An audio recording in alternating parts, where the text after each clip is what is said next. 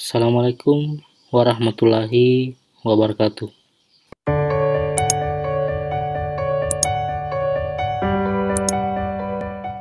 Pada kesempatan kali ini kita akan membahas selanjutnya terkait dengan uji one way ANOVA. Tentunya sebelum kita memulai bagaimana sebenarnya uji one way ANOVA itu, perlu saya jelaskan bahwa ANOVA itu merupakan singkatan dari Analysis of Variance atau ANOVA merupakan salah satu teknik analisis multivariat yang berfungsi untuk membedakan rata lebih dari dua kelompok data dengan cara membandingkan variansinya. Nah, kemudian analisis varian termasuk dalam kategori statistik parametrik.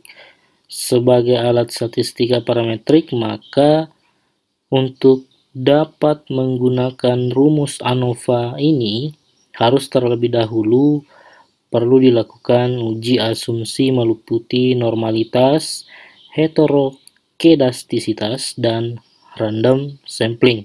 Ini menurut Ghazali pada tahun 2009. Kemudian analisis variansi ini juga dapat dilakukan untuk menganalisis data yang berasal dari berbagai macam jenis dan desain penelitian.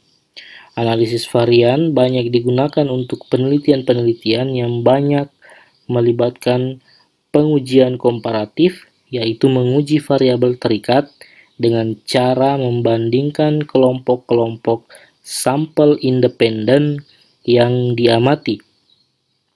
Analisis varian saat ini banyak digunakan juga dalam penelitian survei dan penelitian eksperimen. Nah, untuk one way ANOVA sendiri dilakukan untuk menguji perbedaan 3 kelompok atau lebih berdasarkan satu variabel independen. Begitu. Nah, kemudian apa sih sebenarnya konsep dasar dari uji one way ANOVA? Yang pertama yang harus kita ketahui, konsep dasar dari uji ini yang pertama adalah istilah lain dari uji one way ANOVA adalah uji ANOVA satu faktor. Kemudian yang kedua, one way ANOVA berguna untuk menguji perbedaan rata-rata data lebih dari dua kelompok. Jadi tadi sudah dijelaskan 3 atau lebih, berarti lebih dari 2 kelompok. Nah, kemudian yang ketiga, persyaratan penggunaan uji one way ANOVA yang pertama adalah sampel berasal dari kelompok yang independen.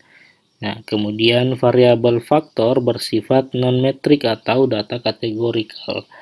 Kemudian data masing-masing kelompok itu harus berdistribusi normal. Dan yang terakhir, varian antara kelompok harus homogen. Nah, itu konsep dasar dari uji one way ANOVA. Nah, di sini kebetulan saya punya contoh kasus nanti yang akan kita bahas terkait dengan penerapan pengujian one way ANOVA. Nah, kita lihat contoh kasus yang ada di sini. Andi merupakan seorang peneliti dan ingin meneliti perbandingan penjualan laptop dengan merek MacBook, Toshiba, Acer, dan HP. Mana para pembeli laptop di toko ini hanya memberikan pilihan pada keempat merek tersebut, kemudian akan diteliti. Jadi pemilik toko tersebut hanya memberikan 4 merek laptop yang akan kita teliti nanti. Nah, apa tujuan dari penelitian yang akan kita capai? Yang pertama adalah berapa rata-rata penjualan dari keempat laptop. Jadi kita mau mengetahui berapa rata-rata dari penjualan dari keempat merek tersebut. Kemudian yang kedua, apakah terdapat perbedaan rata-rata dalam penjualan keempat brand laptop tersebut. Kemudian yang ketiga, rata-rata penjualan laptop mana saja yang sama atau berbeda penjualan. Jadi ada 3 pertanyaan yang akan kita jawab berdasarkan data yang kita miliki. Nah, kemudian sebelum kita menyelesaikan contoh kasus tersebut, langkah-langkah yang harus kita ketahui di uji one way ANOVA, yang pertama kita harus melakukan uji coba normalitas menggunakan Shapiro-Wilk ketika datanya kurang dari 50. Kalau misalnya datanya lebih dari 50 ya kita pakai Kolmogorov Smirnov. Kemudian yang berikutnya, yang kedua kita lakukan uji homogenitas. Dan yang terakhir kita lakukan uji one way ANOVA. Nah, seperti penjelasan-penjelasan pada video sebelumnya terkait dengan normalitas, dasar pengambilan keputusan uji normalitas itu ada dua. Jika nilai signifikansi yang kita peroleh lebih besar dari 0,05, maka datanya berdistribusi normal. Dan kemudian jika nilai signifikansi lebih kecil daripada 0,05, maka datanya berdistribusi tidak normal. Nah, sekarang langkah apa yang harus kita tempuh? Sekarang kita coba lihat, di sini saya punya tabel data dari yang akan kita teliti dari keempat brand laptop tersebut. Data tersebut kita susun berdasarkan coding datanya. Jadi datanya kita harus coding atau kita kode. Misalnya merek MacBook kita kode dengan angka 1, Toshiba dengan angka 2, kemudian Acer dengan angka 3, dan HP dengan angka 4. Nah, kita susun berdasarkan data kode tersebut. Di sini data kode untuk brand kode nomor 1 dan total penjualannya sampai kode brand keempat. Jadi total data yang kita miliki adalah 40. Nah, selanjutnya setelah kita melakukan coding terhadap data-data yang kita miliki, silahkan buka aplikasi SPSS. Selanjutnya kita akan membuat variabel view-nya terlebih dahulu. Jadi di sini kita ada dua variabel, variabel X dan variabel Y-nya. Jadi kita misalkan variabel X-nya nanti di situ adalah merek atau brand dari laptop tersebut. Kita di sini misalnya brand. Kemudian di values-nya kita isi untuk value pertama sesuai dengan data coding yang kita miliki tadi sebelumnya. Di sini pertama adalah MacBook. Jadi kita buat codingnya untuk angka 1 sebagai MacBook, kemudian klik add. Kemudian value yang kedua kita isi dengan merek berikutnya yaitu Toshiba. Kemudian value yang ketiga kita isi dengan merek berikutnya yaitu Acer. Kemudian value yang keempat kita isi dengan merek yang terakhir yaitu HP. Sehingga terbentuk untuk variabel X-nya terbentuk labelnya sebagai brand.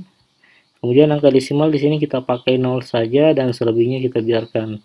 Kemudian untuk variabel Y kita buat dengan label penjualan. Untuk kolom desimal kita buat 0 juga sehingga selesailah variabel view yang kita butuhkan. Sekarang kita pindah ke data view. Di sini kita sudah memiliki dua kolom variabel yang akan kita isi sesuai dengan data yang kita miliki. Sekarang kita tinggal mengcopy data brand tadi sebagai variabel X dan penjualan sebagai variabel Y-nya. Kita tinggal copy data yang ada di sini. Kemudian kita paste di aplikasi SPSS dan pastikan semuanya sudah ikut, berarti jumlahnya seluruhan adalah 40 data seperti itu. Nah, sekarang langkah selanjutnya sesuai dengan langkah uji one way ANOVA, kita harus melakukan uji normalitas terlebih dahulu. Makanya setelah datanya masuk, kita langsung klik Analyze, kemudian pilih Descriptive Statistic, lalu pilih Explore. Nah, di sini akan muncul pop-up untuk memisahkan kedua variabel tersebut. Nah, untuk variabel brandnya atau variabel X-nya kita masukkan ke vector list. Kita masukkan ke vector list. Kemudian variabel Y atau variabel penjualannya kita masukkan ke dependent list. Lalu pilih plots, kemudian di sini akan muncul, lalu di sini nanti akan muncul lagi pilihan, kemudian di kolom normality plot with test ini kita centang, lalu continue, lalu kita klik OK.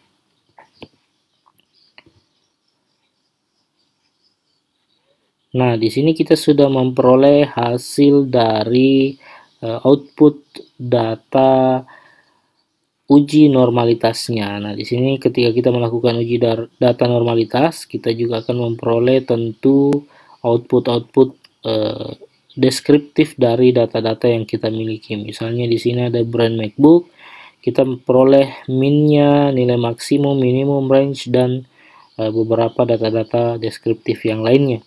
Sekarang kita coba lihat test of normality-nya. Di sini kita peroleh nilai normalitasnya sebesar untuk MacBook kita peroleh 0,84. Nah, sekarang kita lihat nilai signifikansi dari Shapiro-Wilk yang kita peroleh, signifikansi dari keempat brand yang kita peroleh itu, apakah dia lebih besar dari 0,05 atau lebih kecil dari 0,05. Sekarang kita lihat untuk tes normalitas data dari brand MacBook, kita peroleh 0,084 dan itu lebih besar dari 0,5. Berarti dia berdistribusi normal. Kemudian brand selanjutnya Toshiba 0,3, 0,1 dan terakhir HP 0,176. Dan dari seluruh signifikansi di sini semuanya adalah lebih besar dari 0,05. Berarti syarat yang pertama sebagai syarat harus berdistribusi normal itu sudah terpenuhi. Sehingga kita bisa lanjut ke uji homogenitas. Seperti itu. Jadi kita sudah peroleh hasil signifikansi dari uji normalitasnya. Nah, sekarang kita lanjut ke uji homogenitas. Nah, di uji homogenitas itu bisa kita lakukan sekaligus dengan uji one way ANOVA. Bagaimana caranya? Nah, sekarang kita lihat kembali ke data yang kita miliki, kemudian klik Analyze. Dari Analyze kita pilih Compare Means, kemudian pilih One Way ANOVA. Nah, di sini akan muncul tabel seperti tadi. Untuk variabel X kita pindahkan ke kolom faktor, kemudian untuk variabel Y kita pindahkan ke dependent list. Kemudian pilih post hoc-nya, kemudian kita centang 2K, kemudian continue, kemudian di option kita pilih deskriptif dan pilih homogeneity of variant test. Kemudian continue, lalu OK. Nanti akan muncul hasil dari data-data yang akan kita interpretasikan nanti terkait dengan hasil yang diperoleh. Nah, sekarang kita lihat di sini kita sudah memperoleh data deskriptif dari output one way. Data deskriptifnya seperti tadi sebelumnya kita memperoleh data-data deskriptif seperti min, standar deviasi, dan seterusnya.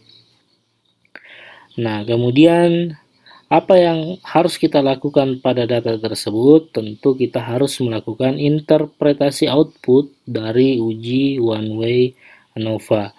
Sekarang kita lihat terlebih dahulu data deskriptif yang kita peroleh. Melihat perbedaan rata-rata penjualan 4 brand laptop, bukan brand ya, tapi brand laptop tersebut, kita mau melihat adakah perbedaan rata-rata dari penjualan pada toko tersebut. Berdasarkan hasil output SPSS, rata-rata penjualan laptop MacBook itu sebesar 45,50. Jadi kita lihat di sini di rata-ratanya di minnya kita peroleh 45,50. Kemudian merek Toshiba kita peroleh 44,30, Acer kita peroleh 42,10, dan HP kita peroleh 34,10. Nah, dengan demikian secara deskriptif dapat kita simpulkan bahwa rata-rata penjualan tertinggi terdapat pada merek laptop MacBook yang sebesar 45,50. Itu untuk interpretasi rata-ratanya. Nah, sekarang kita akan melihat homogenitasnya atau kesamaan dari varian data. Nah, berdasarkan hasil output SPSS tes homogen, varians diperoleh nilai signifikansi sebesar 0,074. Nah, sekarang kita lihat. Di sini, di test of homogeneity of variance, kita peroleh signifikansi dari penjualan itu, dari penjualan brand itu kita peroleh 0,074. Nah, karena nilai signifikansinya 0,074 itu lebih besar dari 0,05, maka dapat disimpulkan bahwa varians keempat kelompok penjualan laptop yang kita bandingkan tersebut itu sama atau homogen. Sehingga asumsi dari homogenitas uji one way ANOVA itu sudah terpenuhi. Tadi kan sebelumnya dipersyaratkan datanya adalah data homogen. Nah, di sini kita sudah buktikan dari langkah yang kedua yang harus kita tempuh, membuktikan bahwa data yang kita peroleh, data yang kita miliki adalah data yang homogen atau sama. Nah, di sini berdasarkan hasil test of homogeneity of variance-nya kita peroleh 0,074 dan itu lebih besar dari signifikansi 0,05 yang kita gunakan, sehingga bisa disimpulkan bahwa perbandingan data yang kita miliki itu adalah sama, atau data-data yang mau kita bandingkan itu sama atau homogen. Seperti itu.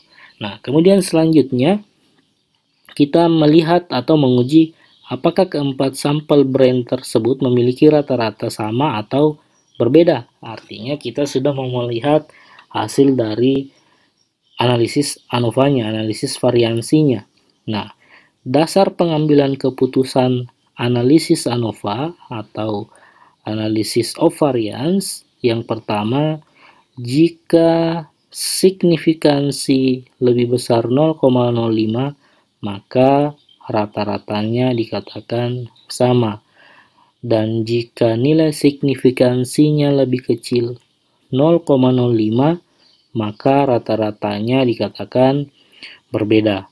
Berdasarkan hasil output ANOVA yang diperoleh, diketahui nilai signifikansi 0,001 lebih kecil dari 0,05 sehingga dapat disimpulkan bahwa rata-rata keempat penjualan brand laptop tersebut itu berbeda secara signifikan. Dari mana 0,01-nya? Dari output tabel ANOVA. Di sini kita dapat 0,01 di sini. Kita peroleh 0,01, inilah yang kita bandingkan dengan taraf signifikansi 0,05 dengan mengacu pada dasar pengambilan keputusan analisis ANOVA. Oke. Sekarang selanjutnya kita lihat lagi bagaimana mencari kelompok mana saja yang rata-rata penjualannya sama atau tidak sama, atau bisa dikatakan dengan tes post hoc-nya. Nah, pada tes post hoc ini pengujian yang digunakan adalah pengujian 2K. Nah, pengujian 2K ini adalah pengujian perbandingan jamak untuk menentukan apakah rata-rata penjualan tersebut signifikan dalam jumlah variansi analisis. Sebagai contoh di sini, kita akan membandingkan rata-rata penjualan laptop MacBook dengan Toshiba. Nah, kita di sini memperoleh angka perbedaan rata-rata untuk penjualan kedua brand tersebut adalah 1,200. Di sini kita lihat antara MacBook dengan Toshiba, perbedaan rata-ratanya itu adalah 1,200. Nah, angka 1,200 ini diperoleh dari nilai rata-rata pada output deskriptif yang kita peroleh di MacBook itu 45,50 dikurangi dengan rata-rata penjualan laptop Toshiba 44,30 sehingga kita peroleh 1,200. Sementara itu, perbedaan rata-rata penjualan itu berkisar antara negatif 6,07 pada lower bound-nya. Kita lihat di lower bound di sini kita peroleh negatif 6,07 sampai dengan 8,47 pada kolom upper bound pada tingkat kepercayaan 9,95%. Nah, untuk menguji apakah terdapat perbedaan rata-rata penjualan dari kedua brand tersebut, maka kita harus melihat apakah nilai signifikansi hasil output SPSS ini nilainya lebih besar atau lebih kecil dari 0,05. Nah, sekarang berdasarkan hasil multiple comparison diketahui nilai signifikansi sebesar 0,970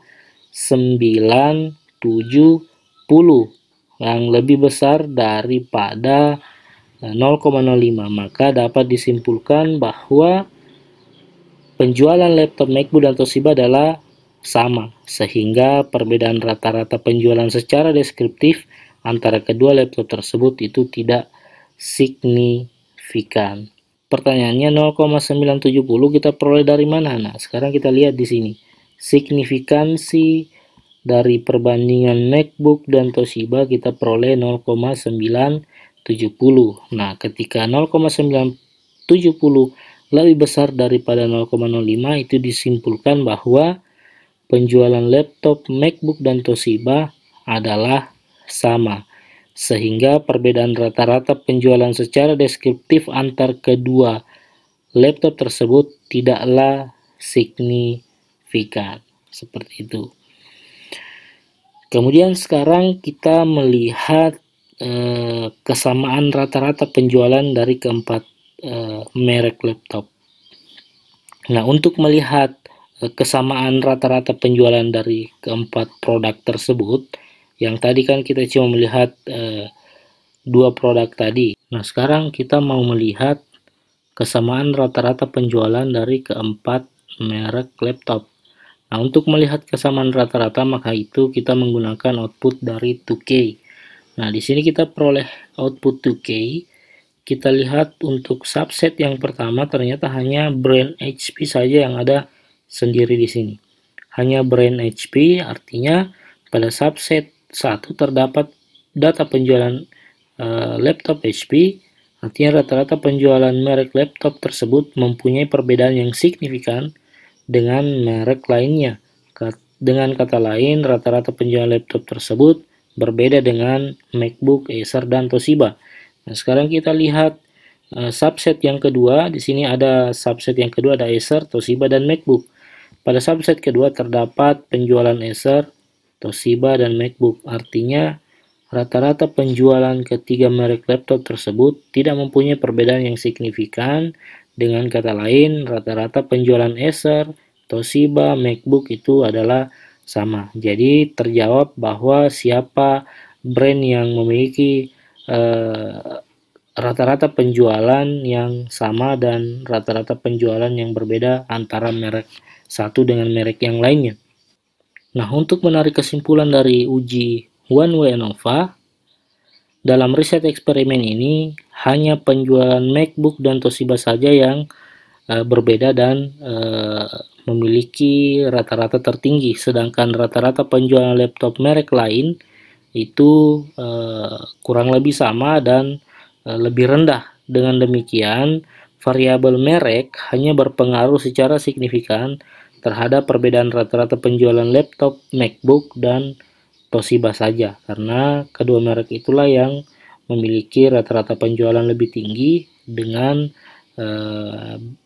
atau dibandingkan dengan merek-merek yang lainnya, seperti itu. Jadi kesimpulan dari uji one way ANOVA seperti itu, kita mau melihat apakah ada pengaruh dari merek laptop tersebut. Nah, sekarang pertanyaan yang sering muncul di uji one way ANOVA, yang pertama, bagaimana jika data tidak berdistribusi normal? Apa yang harus dilakukan? Tentu jika tidak berdistribusi normal, maka yang perlu dilakukan adalah melakukan transformasi data. Kemudian uji ulang normalitasnya menggunakan data transformasi tersebut. Kemudian pertanyaan yang kedua, bagaimana jika hasil pengujian dari data transformasi tersebut masih tidak normal juga? Uji one way ANOVA tidak bisa dilakukan karena asumsi normalitas tidak terpenuhi. Solusi yang harus kita lakukan jika seperti itu tentunya melakukan uji statistik non-parametrik. Salah satu uji yang bisa kita lakukan adalah uji Kruskal-Wallis. Nanti kita akan membahas lebih lanjut lagi bagaimana uji Kruskal-Wallis tersebut. Nah, dari pertanyaan-pertanyaan kasus yang kita bahas pada hari ini, berapakah rata-rata penjualan keempat laptop tadi sudah terjawab di tabel deskripsi rata-rata dari keempat ini. Kemudian, apakah terdapat perbedaan rata-rata dalam penjualan keempat brand tersebut? Tentu juga sudah terjawab. Kemudian, rata-rata penjualan laptop mana saja yang sama atau berbeda penjualannya? Juga sudah terjawab tadi di tabel homogenitas. Saya rasa cukup sekian dari saya penjelasan terkait dengan one way ANOVA. Jika ada kekurangan atau ada pertanyaan, silahkan tanyakan di kolom komentar di channel YouTube saya, nanti kita akan bahas sama-sama. Terima kasih atas perhatian rekan-rekan semua. Billahi fisabilil haq, fastabiqul khairat. Wassalamualaikum warahmatullahi wabarakatuh.